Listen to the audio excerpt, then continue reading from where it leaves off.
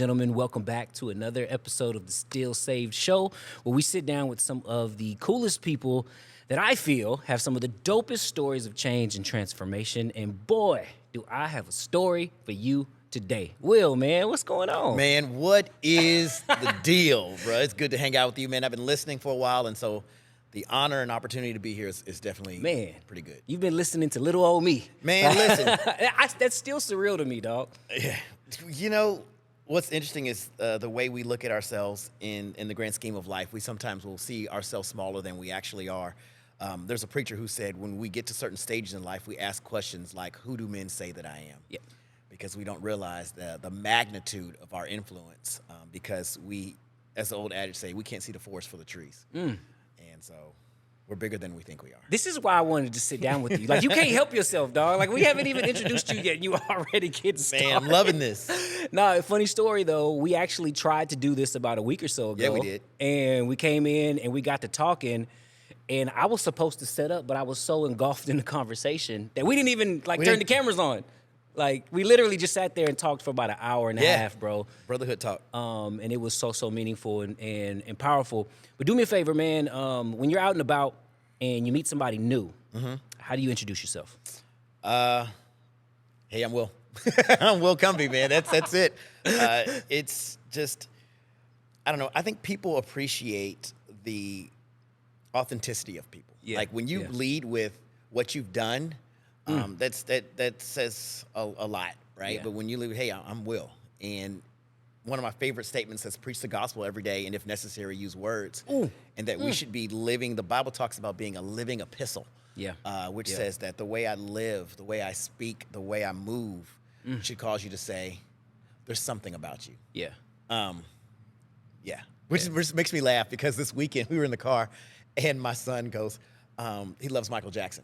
He loves Michael Jackson. You're doing something right. You're doing something right as a dad. He tells his mom, he says, Mom, am I a PYT? She goes, well, son, I think you're a handsome young thing. Yeah. Let's go. Let's leave with that. But there has to be, when you step into a room, someone says, there's something about you. Yeah.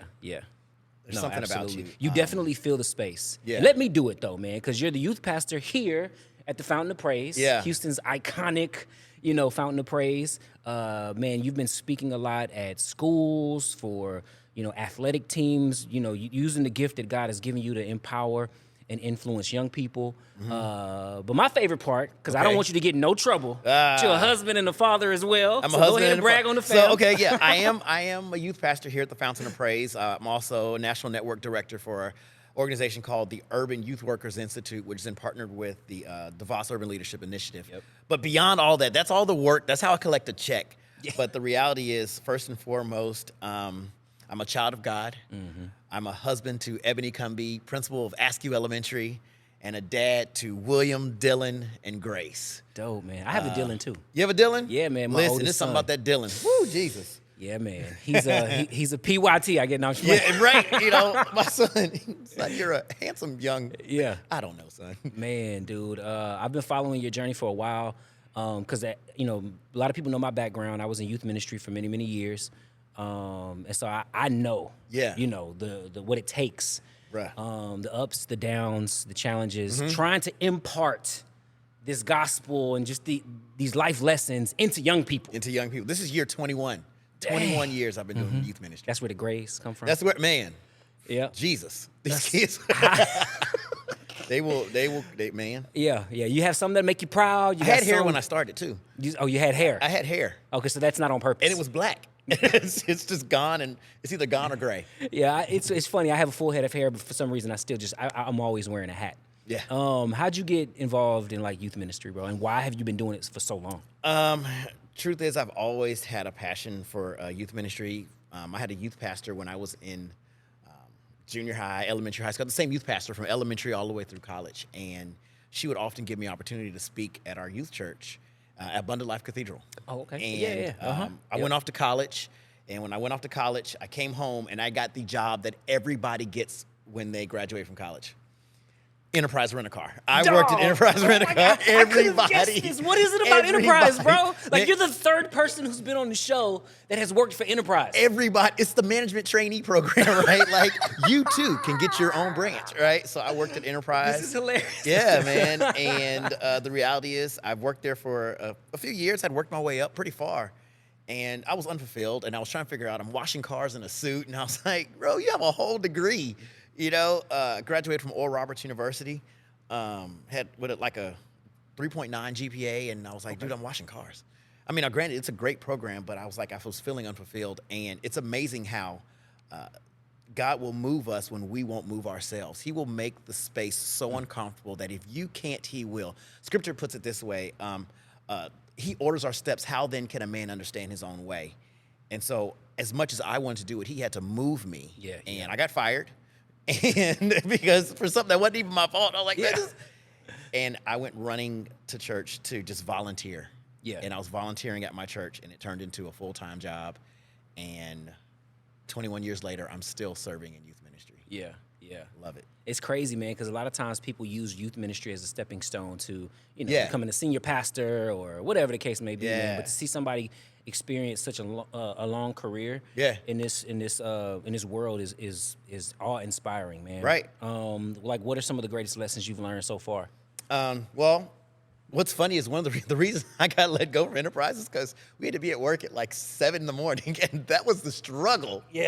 Like, I'm 20-something-year-old, like, why is it so early? Yeah, man. But some of the things I've learned is rhythm and pace.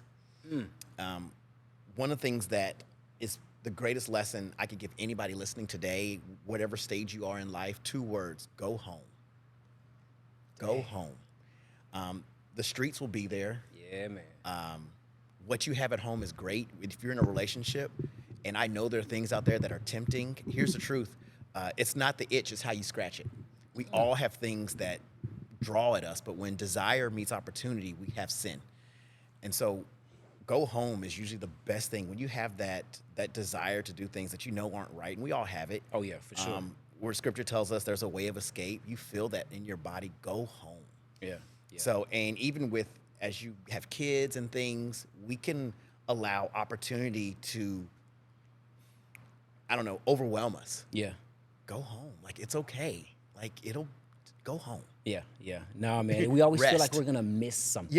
Like, you're going to miss, go home. I can speak to that personally because in my world as an entrepreneur, I always feel like I'm gonna miss a check. I'm gonna miss an opportunity. I'm gonna miss a connection. I'm gonna miss out, right? When truth be told, I am missing out, but I'm missing out on those moments that are at home. There you go. The priorities, right? And I used to justify it, be like, oh, well, I'm working so that I can.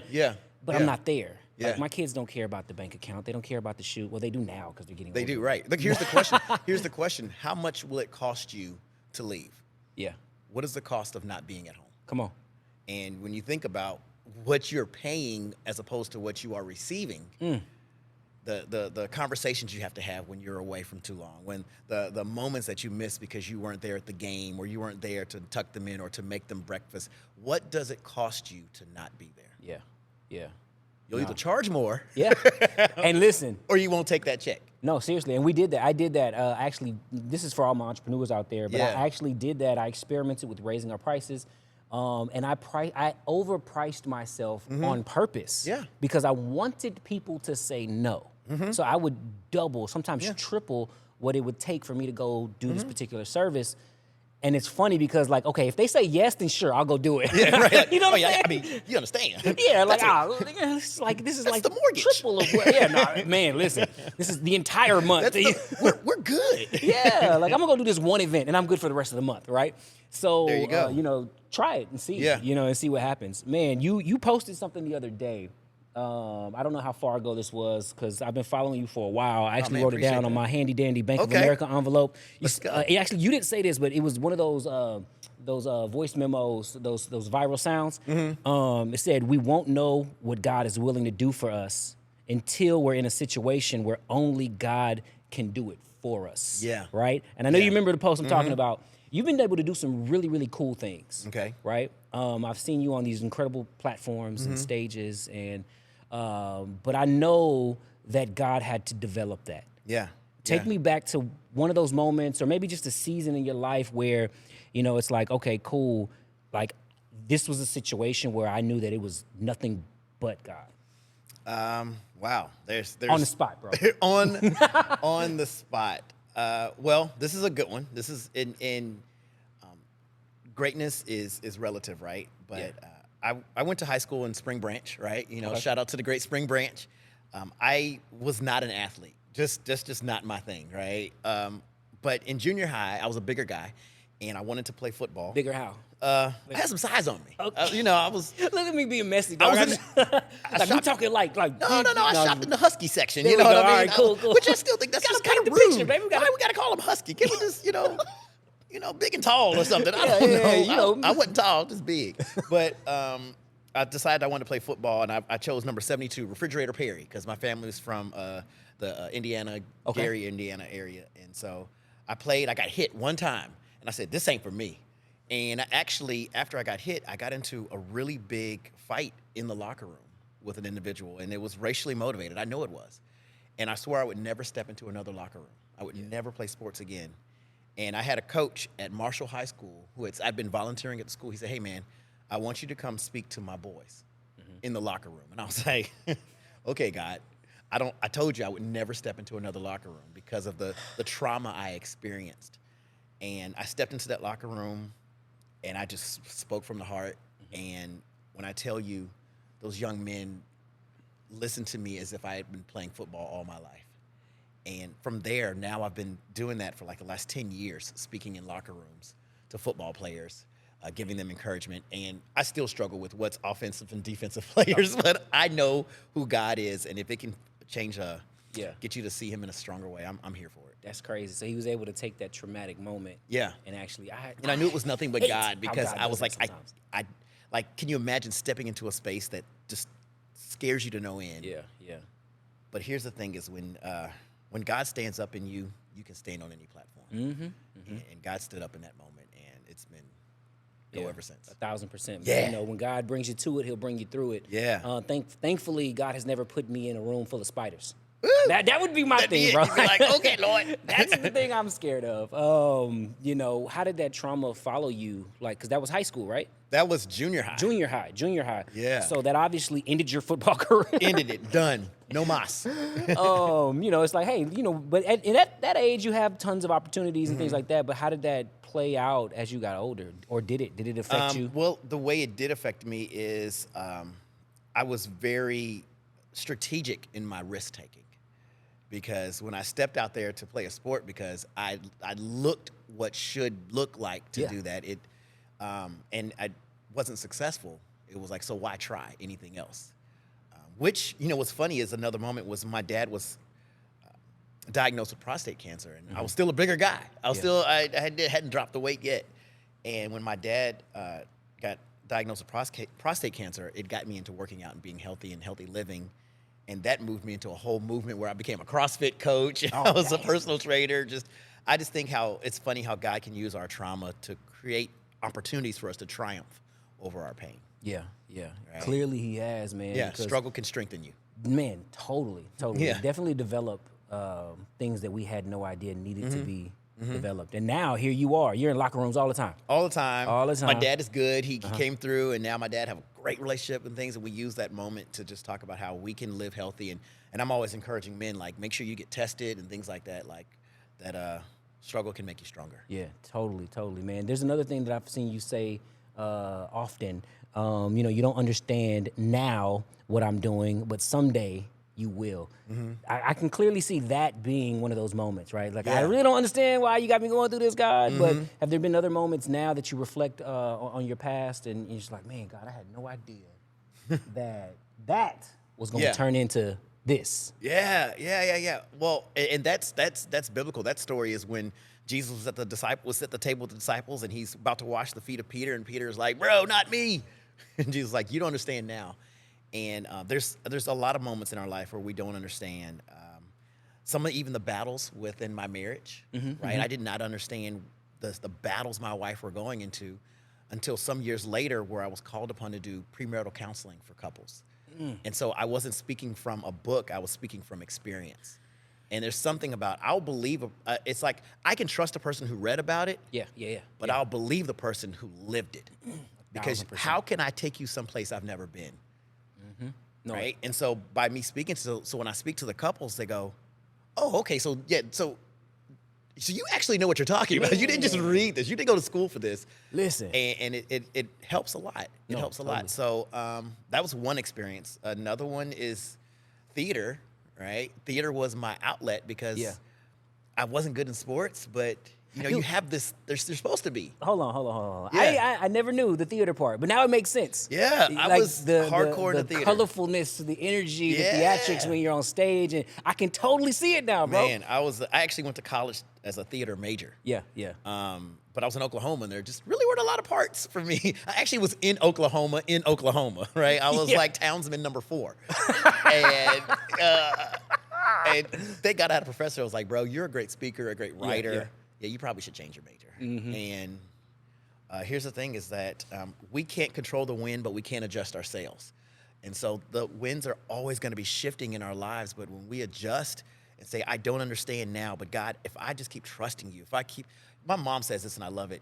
God is not like man. He does not order anything that he cannot pay for. And so when we understand that he's ordering our steps, he's providing for those steps that he has ordered. And so so those things that he had said, you're going to step into these spaces. And I was like, I don't quite think that.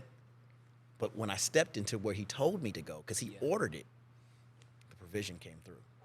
Yeah. Man, that's crazy. So you gotta adjust your sails. Like, okay, cool. I can't control this. Like there are things that I can't control.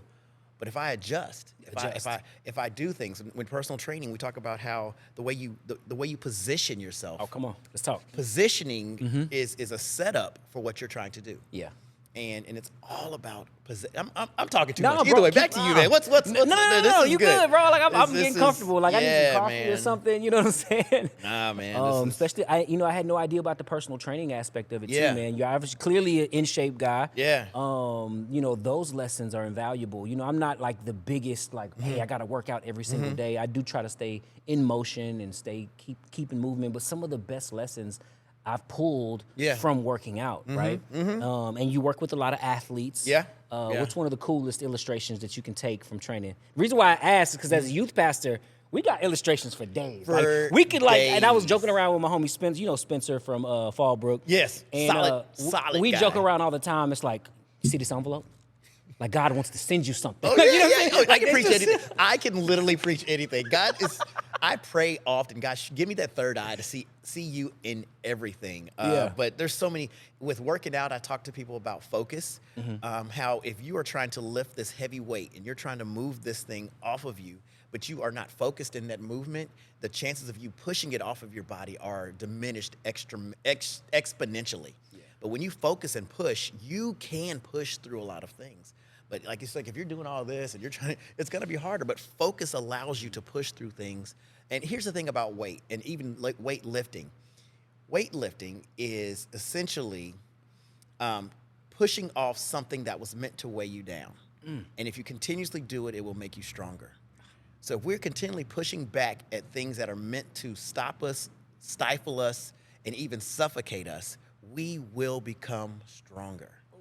So I can't get mad at the pressure. Here's the truth. Scripture says that the thief come not but to steal, kill, and destroy. He said, but I've come that you may have life and have it more abundantly. I can't get mad at the enemy for doing his job. I just got to be better at mine. Yeah, that's it. Yeah. That's it. I tell my son that all the time. When he first started playing basketball competitively, I'm not talking about the YMCA where they get the participation awards. Right. You start playing in AAU, it's a different ball game. It's a different ball, yeah. Listen. They in your ear, they talking trash. I'm like, son, why are you getting upset with him for playing defense? He's doing his job. Why are you getting upset for me for blocking your shot? I get it. I'm like twice your height, but I'm not going to give you this layup. Yeah. That's what we're supposed to do. We're supposed to stop you. I'm just doing my job. I just need you to jab left, jab right. Need you to be better. Try to fake me out a little bit. Yeah. Try to avoid the temptation. Don't just walk right into it and be, oh man, I can't believe I fell again. Facts. And the difference between people who are successful and who are starving is how hungry you are. We all had those struggle meals in life. I love this story. I was talking to some kids the other day, some college students. I said, man, what's the most struggle meal you've ever had? What is the struggliest struggle meal you ever had? I had ramen. I'm like, okay, that's struggly. He said, no. He said, my struggliest meal I had was I stood outside of a Jack in the Box and I waited for somebody to drop a receipt so that I could call the number and get a free taco. Come on. And I said, okay. Now, if you are willing to stand outside and wait for someone to drop a receipt so you could eat, how long will you stand to get into the spaces that are going to feed you? Yeah, yeah. David, when he shows up in the room, when all the brothers were dismissed, his father Jesse was like, hey, pick brother, right? And then the prophet comes in. He says, listen, we will not eat until he gets here. Do you not realize that there are businesses, there are buildings, there are record labels that are waiting for you to walk into the room? They cannot eat until you show up. Dog. Well, ladies and gentlemen, that's a wrap. This has been another amazing episode of the Still Saved Show. God, dog, Will, that's crazy. Yeah. And you think about it, bro, like God has placed so much inside of us that the world needs. Yeah. Because, again, he uses us, like you said earlier, he uses us to bring about change and to manifest his presence in the world. Like, he wants to use us to do that. Facts. And as long as we're sitting around, twiddling our thumbs, running away, not pushing off the pressure, right? We fail to multiply him throughout the world. God, dog, man, why you have to go there? So no, I'm just thinking about it. No, this is good, but it's even you, man. I even think about just the things that you have, that you've survived and been through and done, and even this platform to share your story and to magnify other people's stories. It's not because we're looking for a way to say, wow, look at what I've done. Right. It's the same reason that Jesus showed back up with scars in his hands to say that what was meant to kill me didn't. And you need to see the scars to see that I survived. Scars are proof that you didn't die, right? Scars are proof that you survived. And many of us have hidden our scars. Yeah. When scripture says they survive by the blood of the Lamb and the word of their testimony. We have to tell the story. We got to tell it. So I just appreciate you, even the stories that you've told, and they matter. Man, which is why we do it, right? I sit down with some really cool people, i.e. you, and sure, we can list off the laundry list of all the credentials, all the accolades, because you've done some really, really dope stuff. And I've had the privilege of sitting down with some folks who, we got albums, we got books, we got movies, you know what I'm saying? But I'm always wanting to know, like, bro, take me back. Yeah. Right? Like, even when we walked in this morning. Yeah. Right. If you don't mind sharing just a little bit, but it's like, hey, even now, where I am in this stage in my life, in this season of my life, I'm not exempt from feeling discouraged or struggling with anxiety or things of that nature. Like, it doesn't just go away, bro. Like, how do you deal with that? True story. I think you can be successful and still struggle, right? You can have great things, and we're seeing it year after year, where we're seeing people who we would, in our natural mind, say, you've made it. You're a millionaire. You have a beautiful house, a beautiful family, and then they take their life. And someone told me once time that quitting may end your pain, but it'll begin someone else's. And we think about that, but sometimes and when we talk about depression and things like that, that is not that person. That's a spirit. Yeah, the spirit has taken over what they know is right. I believe. So this morning I was in that space. And I was, not in my life space, but in just a very downtrodden spot. And a friend of mine sent me a text message and said, "This is the day the Lord has made. We will rejoice." And I said, "You know what? You know the difference between a good day and a bad day? Oh, listen, but I'm sure you're going to tell me. It's what you call it. Come on. The difference between a good day and a bad day is what you call it. And so if I can say that this is the day the Lord has made, and God don't make no mess. Yeah. Even if I get up on the wrong side of the bed, I still got out of it. And so I had to get out of my house, and I just went for a walk. I'm not going to say I read the scripture verse and it just was like, oh, here comes the Lord. Right. I literally just had to let's go, get up. Yeah. And I had to speak to, like, William, you will get up. This is the day. William, you are. And I think that when we audibly speak, Jesus spoke to to a tomb where Lazarus is dead. And he says, Lazarus, come forth. And I even think about that because Lazarus had to climb over dead bodies to get out because they buried bodies on top of bodies in those tombs. And so he's climbing over dead people to get out, which is crazy. Yeah. But the crazy part is nobody else got up. Nobody else Had got he up not called him by name. And so if Jesus had to call Lazarus by name, I think we need to speak to ourselves. Say, self, William Cumby, it is time for you to get up. William Cumby, there is greater in you. William, you are the head and not the tail. William, you are above and not beneath. William, no weapon formed against you shall prosper. And the enemy, the greatest Goliath that you face is not always the Goliath in front of you, it's the Goliath inside of you. And we say, I have to do something. And literally, I had to talk to myself. Yeah. And I went for a walk. And I was like, if people are late, I'd rather show up for them in a good space. There you go. Than show up and not, it just be terrible. So I literally went for a walk. Yeah. And I just had to tell William, we're going to do this. This is what's going to happen. And just had that dad, father, son conversation with myself. Yeah, man. You better get yourself together. No, man, I love it though, because, that's not what we expect sometimes from people like yourself, from, leaders, pastors, or whatever you want to call. We expect, oh man, he went into the prayer closet and he started speaking in tongues and right? It's like he put on some worship music, and why has everything got to be so super spiritual? Sometimes the most spiritual thing you can do is just to go for a walk. I went for a walk. I put on a podcast and just was like, all right, speak to my heart, Lord. Yeah. And let's go. And there's things that you've called me to, and I've got to move. And it's the same story of the Israelites when they were at the Red Sea, and it was like, we can go back to Egypt or we can cross this Red Sea. And God said to Moses, like, tell them to stop whining.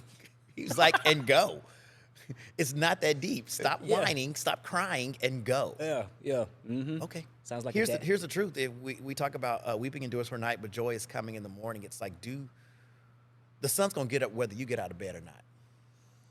So I'm like, if the sun can get up, so can I. So can I. Which also is a constant reminder that we get another chance to reset. We have another chance. Like you said, weeping may endure for the night, but joy. Yeah, it's okay to cry. Sometimes, it's okay to have that moment. When I can't figure it out, sometimes I just go take a nap, man. Bruh. Like, I'm not here to over-spiritualize things. Now, there are moments when I meditate on the scriptures and I hide his word in my heart. I search through the sources. I go to the Hebrew. I go to the Greek. I got that background. There are times when I do that just because I'm in that world. Yeah. But it doesn't always take that. No. But, man, listen, I love how you are a real human. Right? You're not that far off to where, like you said, you've experienced some things. You're relatable. You can also dive into the scriptures, right, and pull out these nuggets, and you can connect real life with the spiritual. And we share similar interest in like Eric Thomas, and he's always been like really hardcore in that hustle culture. But for my years of working with him, he also does a really good job of balancing it, right? He does, and showing you that yes, you got to grind, but in order to grind, it takes a little bit of recharging. It takes a recharging. Like, I think we live off of, and I'm an ET fan. Come on. And I think we try to live off of his sound clips and not listening to the entire sermon or the entire talk, right? So you're living off of him saying, I get up at 3 a.m. I was living in abandoned buildings eating out of trash cans, and you're like, yeah, let's go. I'm up at 3 a.m. And then like in the middle of the day, you're like, I'm dying. But one day I had the opportunity to listen to a full talk. Like, he has CDs, or do people still have CDs? I think they do. I was listening to the whole whatever it was on my phone, and he said something that jacked me up. He said, yeah, I get up at 3 a.m. and I do this. He said, but you know what else? He said, I take naps. I was Let's go, naps. Yes. And I was like, I get it, because I'm up early and I'm working, I'm grinding, and I'm like, and at some point you got to recharge. The Bible puts it this way. He said Jesus would often retreat to pray. And so it's setting that Sabbath in our life to say, you know what? I'm unplugging. And you don't need to tell the world, hey, I'm off IG this week. Just don't post. Yeah, that's all you got to do, bro. That's all you got to do. Post. It's okay. We don't need an announcement for the announcement. If they're really looking for you, they'll call you if they're your good friend. They're not going to be like, you haven't posted in a week. I wonder something's wrong. Just call them. But the reality is we have to have that downtime, that sit down, so that we can stand up in the spaces that we should. And it's that rest that allows us to mentally recharge, to physically recover, even with muscles. When you're working out in the gym and things like that, we don't grow in the gym, we grow in our rest. So the gym is where we train it, but when you come out of the gym and you allow your body to rest, your muscles expand, and that's how you get bigger. But it's in the gym that you train them, but it's in the rest that you grow them. Where the real growth takes place. Yeah, I've heard the same thing about the mind too. That's where, we pick up all this bacteria and stuff. I don't know the real medical terms for Yeah. it, but this clutter kind of clouds our brain. Yeah. But it's when we take a nap or when we go to sleep is to where our brain cleans it up. Cleans if it you up, will. yeah, And yeah. you think about it, bro, like just in the natural, like our cell phones. Like I keep my cell phone attached to my hip. Yeah. And I don't know why, bro. Like I do this all the time. Tell me if this happens to you. If Okay. not, I'm still not gonna feel bad. But I will be working, right, at Okay. the laptop for hours and hours and hours. I have a cell phone charger right within arm's reach, and my battery will be draining, not connected to the charger. Yeah. And I won't charge it until the battery actually dies. I don't know why I do that, dog. Like, So I've really, really been trying not to do that in my own life too, because that was actually something that I used to struggle with. I'd work like to the midnight hours. I'd wake up at 3, 4 o'clock in the morning, no sleep, burn the midnight oil. Like I was that guy. Okay. And then my body would shut down on me. Literally shut down. I'd go through like a 2-3 period where I was like completely ill and sick, almost like flu-like symptoms. This would happen like once or twice a year. Yeah, And yeah. it was like my body was like, nah, bro. If you're not gonna take a nap, we're gonna shut down shop for you. So those naps, that Sabbath. And you know what? Tell me about this. The Sabbath, and I love this because we tend to think of it in terms of the day, right? I had a friend of mine approach me with this idea. He said, hey, which one of the commandments Okay. are you okay with breaking? Oof. Which one? We can list them out, right? Thou shalt not kill, thou shalt not steal, covet. Right. We can keep going. Yeah. Which one are you okay with breaking? And I was like, he was like, but do you honor the Sabbath? Yeah. And I was like, well, and he was like, bro, it don't have to be on Sunday. No. It don't have to be on Saturday. He's like, get some rest. It's a faith demonstration that God is really in control. Yeah.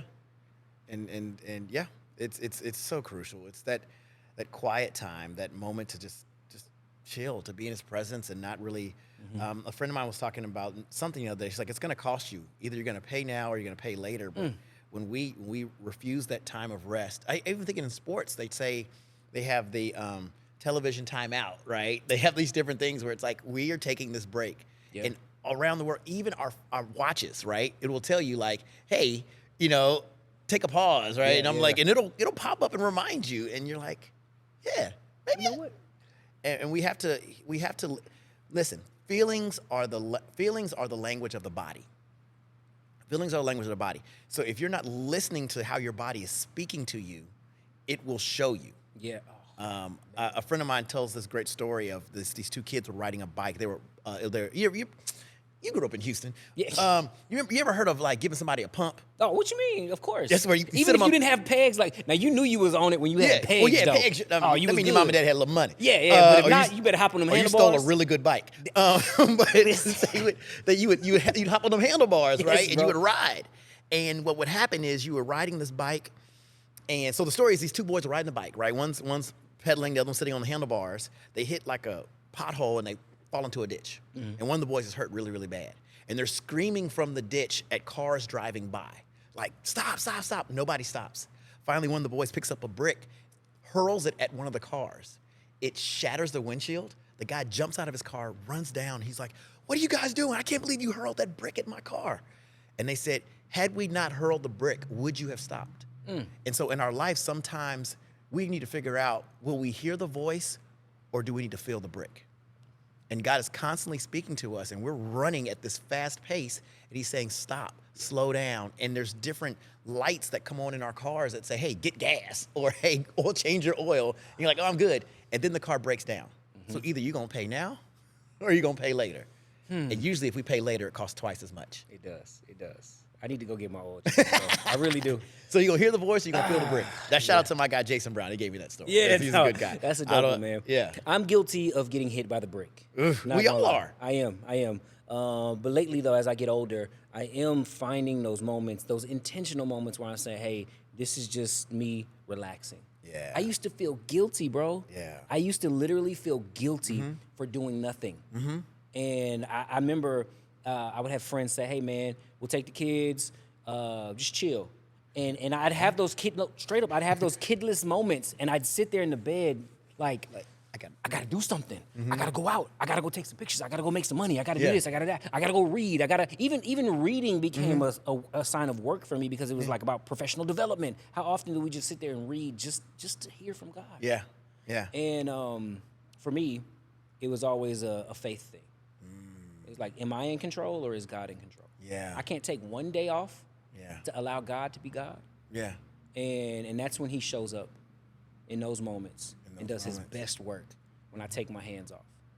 That's where he says, not my will, but yours. I can. Jesus could have very easily changed things. And he says, it's not about me. It's not about me. But what you're doing through me. Yeah. And when we allow that to happen, and when we relinquish control, my pastor puts it this way, if you will give it up, you can get it all.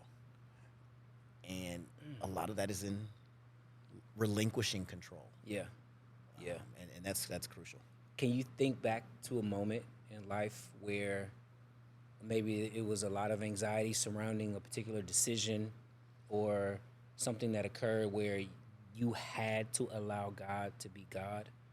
Or maybe it was a moment where you didn't and you had to face the brick, right?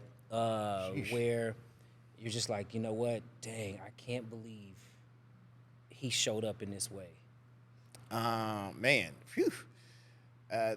Over and over in life, I'm 43, going on 44 years old, and I'm like, all right, so you done lived a little. I feel like I'm like finding the end of some chapters in my life. Yeah, and that's got to be exciting to some degree. It is, and it's also scary because it's like, you know, people say, how long are you gonna be a youth pastor? Right? You're old, dude. Do you age out? And there's a wonderful story in the Bible where we find Abram and Sarah. Well, they're Abraham and Sarah at this point. And I believe there's different types of laughter, right? You know, I don't know if you got any friends. There's some that laugh. They're like, ah, right? And then there's some that like, share some of the same friends. And they're like, whoo, right? There's like these different levels of laughter, right? And usually that laughter is based on how they respond to the circumstance or situation. And and what's the story of Abraham and Sarah, like they're like, we're in our old age. And God says, I'm going to do something. And they laughed. and there was at that point at 43, 44, and I'm like laughing. And so I don't have a second part to the story, but I wonder what's next. And so I'm having to relinquish control because there are things that I'm like, okay, God, I want to do this. I want to do that.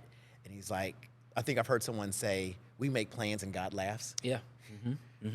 And it's in that space that I've had to learn to say, God, what's next? Now, I did have a new opportunity where I serve with as a field networks director. So I'm in charge of 10 different cities. Yeah. And each city has no less than 15 youth pastors. Okay. And so I manage 10 cities or 10 networks with 15 youth pastors in each network or more. And that's been amazing because I was like, okay, I don't know what's next, God. And then this door opened and I was like, okay, here we go. And so it's in those spaces where I thought was nearing the end of something. Yeah. But the Bible says the end of a thing is better than the beginning. And it's a reminder that there's something coming on the other side. And you've performed well. You know what I'm saying? Like, it's not like the end of this particular season or journey has been trash.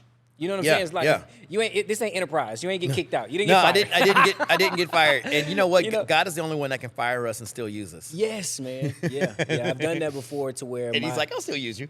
My no turned into his yes, right? Like I've had to deny certain situations and even recent, like I had to walk away from some things. And usually I kind of let things drag on until it ends. But in this case, I said, you know what? I know this is going to come to a close soon. So let me take the initiative and say no without a plan. Yeah. Just straight up like, God, I trust you. I trust you. And lo and behold, like several opportunities were just thrown into my lap. After that's that Proverbs 3, 5, and 6. Trust in the Lord with all thy heart. Lean not to thine own understanding. That's a little King Jimmy translation. That's the one. Acknowledge him and he will direct your path. And that's a struggle because as humans, we want to control things. We want to say, I've got this. I'm in control. And I think here's the truth. If he's the author, right, and we understand that he's writing the chapters, why do we keep stealing the pen? If we truly believe that he's the author, why are we stealing the pen? God, it's your pen. I don't even like to write. And right? Yeah, I'm just stop stealing the pen. Say, God, I completely trust you. And in those spaces, and how do I know that, God, you are ordering my steps? It's the same with our GPS. I don't know if you use I use my GPS. I've been living in Houston my whole life. Yeah, but I still use it. I use it everywhere. I always want to know if they're going to take me on a different route that I think is. Well, here's the thing is, I'm constantly looking at it. Yeah. Yeah. Because even though audibly it's speaking to me, I'm still looking at it consistently to say, although I hear you, I still want to see. And God will not only direct you, He'll correct you. And I love how we see over in Scripture, and I wish I could remember the story, but it's the story of when the woman went to the tomb and Jesus isn't there, and He's like, now go tell them that I've come back. Yeah. And the story says that she ran away. She ran scared. Oh, God, she did it scared. Man. And then what happens is on her way to do what He called her to do, He meets her on the journey and it confirms that she's on the right path. So how do we in our life, in the scary, uncertain, and just ambiguous areas of life, we have to constantly check back in with our GPS. We have to constantly be like, hey, there's nothing wrong with saying, God, are we good? Like, are we here? It's not worrying God. It's reminding yourself of His word. Yeah. If you want to see the directions, open the word. No, I love it, man. Sometimes He'll throw an audible. He will totally. It's not a dead end. It's a detour. It's a detour. There you go. Man, I'm telling you, because sometimes there's accidents along the way. There's accidents along the way. There's readjusting the route. Bro, we could spend a whole lot of time on this GPS. Here's the truth. In our human capacity, we can see up the street. But God in His infinite wisdom can see around the corner. So don't be surprised if He changes the direction. Because you can only see up the street. He can see around the corner. That's it. Yeah, so that's why that scripture where it says, like, you are a light unto my path. Yeah. And you think about it, bro, like a light unto my path. We don't have this that often in the city, but when you're out in the country and there's no street lights and all you have is like a lantern or a flashlight, that light only guides you so many feet along the way, right? And so, allowing God to kind of direct your steps day by day by day. That's exactly what when He says lamp to my feet and light into my path. He says, not only do I direct the tiny steps in front of you, but I will also show you the great path in front of you. Yeah, it's funny. I don't know if I've told this story on the show, but my mother-in-law, coolest lady on the planet, right? Yeah. But I have no idea for the life of me why she likes to rewatch sporting events. Okay. Like, bro, like, not rewatch, but if she misses a game, she'll record it so that she can watch it, after the fact. And I'm like, the whole time I'm sitting here, I'm like, I already know what's going to happen. Right. You know what I'm saying? I know the Rockets going to lose, right? Like, James Harden had at the time, 50 million turnovers. You know what I'm saying? So, or I know they're going to win. Right. I know they're going to win. This is back days when we had Shout Tracy out to McGrady. the Rockets. Yeah. And so I'm sitting here, but she's in the moment. She hasn't seen the game yet, bro. So she's still like excited. She's like, oh my gosh, they just did cheering, this. Or she's loud. getting frustrated because somebody did turn the ball over or miss a shot. And she's like, oh my gosh. And I'm like, don't worry. Like, and here I am. I know the outcome. Ends. I know the outcome. I'm like, don't trip. Yeah. Don't stress. Yeah. Don't be discouraged. We're going to win. That turnover is just a small, minuscule part of the game. We're going to recover. And I think about that a lot because God knows the outcome. He knows the outcome. He knows all the individual plays. He's watching you get all crazy. It's already happened. He's already written it. He's already written it. He's like, he's the author and the finisher. He's the author and the finisher. So like, he's like, holla at me because I know how it ends. Yeah, man. Okay, so tell me this. 43, right? Yeah. See, I would have gave you like late 30s, bro. Nah, man. I thought the silver was a choice. Nah. Well, I have kept it as a choice. Because I just think it's just a reminder that I've lived. Yeah, I love it. I love it, man. What is, like, what's the goal? Like, at this point, and I'm not talking about career. Yeah. Right? I'm not talking about the things. At the end of whatever choices and decisions and career paths you take, like, what's the goal? Ultimately, to go to heaven with more memories than dreams. I want to say I lived. I want to say I did it. I tried it. I experienced it. I went after it. And even if I didn't obtain it, the Bible says I pressed. I tried. What is the old adage is you'll miss 100% of the shots you don't take. Yep. And so I don't know exactly what's next. just like God told Abram, go to this place that I will show you. I don't know, but I'll get up and keep putting one foot in front of the other. There's a lot of crazy things that I want to do. I love preaching. I want to preach on bigger platforms. I want to continue and you're good to, too, bro. yeah. Like, I have a heart for yeah. the fatherless, because the truth is, we have kids whose fathers are absent completely. We have kids whose fathers are present but absent physically. Yeah. I have a heart for those kids. I have a heart for fathers to understand who they are in the lives of their kids. I have a heart for mentors, and so I want to do more in that space. Yeah. I do a camp for boys every summer. We take like 100 boys to camp, and we just pour into them, and we show some of these guys have never been hugged by a man. And to see these grown kids break down in tears because they've never had a man in a godly way say, hey, bro, like, you're good. I love you as a man, and give them a hug. I affirm you as a man, and that matters to me. I love to see, I think so often in TV and in movies, there's always like, people like, man, my wife is this, that, and the other. But I want to be the one to be like, you know what? It's actually okay. We battle, but we're also battling for each other. Like, I want to do that. I want to continue to share the gospel in new and inventive ways, but then also teach youth pastors how to do it too. Because here's the truth, man. When I say fatherlessness, you have this kid whose dad's not in their life at home. So now they're seeing this youth pastor, man or woman, as a maternal, paternal figure, or even paternal typically, and then that guy disappears after a year or two. So now I can't trust my dad. I'm supposed to trust the church, but the guy you put in front of me to be that isn't there. And I'm supposed to trust this God that I can't see, and then believe this man who's in the main sanctuary who's talking a language that's above my head. Make it make sense. So if we can help these youth pastors to do their job well, or even to leave well, and set up something for the next one, we can address fatherlessness. Man, that's incredible, man. Sounds like a lofty goal. A lofty yet attainable goal. Yes. I just want to die empty. I want to die empty. I want to go to. When I get there, I want him to be like, bro, you lived. Yeah. Everything that he gave me, did it. I gave. Yeah. Out, you know. Buy the shoe. Take the trip. We can't take none of this stuff with us anyway. You know what I'm saying? Like, what did Denzel Washington say? The Egyptians tried, and even they got robbed. Yeah. I never heard that, bro. He's like, you can't take it with you. He said the Egyptians did, and even they got robbed. So whatever. Like, why try? Why try? Man, I just want to die empty, bro. I just want to die empty. Yeah, I want memories. I want to say, like, I did it. If I didn't, I at least tried. Yeah, yeah. It used to be about the acclaim, the fame, the money.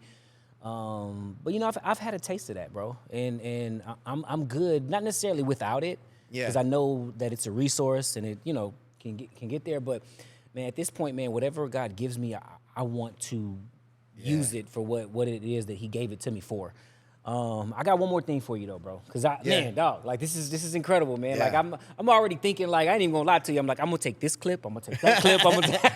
I'm like super excited about the post-production of this show. But I ask everybody this, right? Okay. And it's something that a theory that I've been developing over the years. You know, we know that faith without works is dead. Absolutely. And you're clearly a hardworking individual. Yeah. In the gym, your career, your family. You put in the work, right? Yeah. My logo says hard work works. There you go. Hard work works.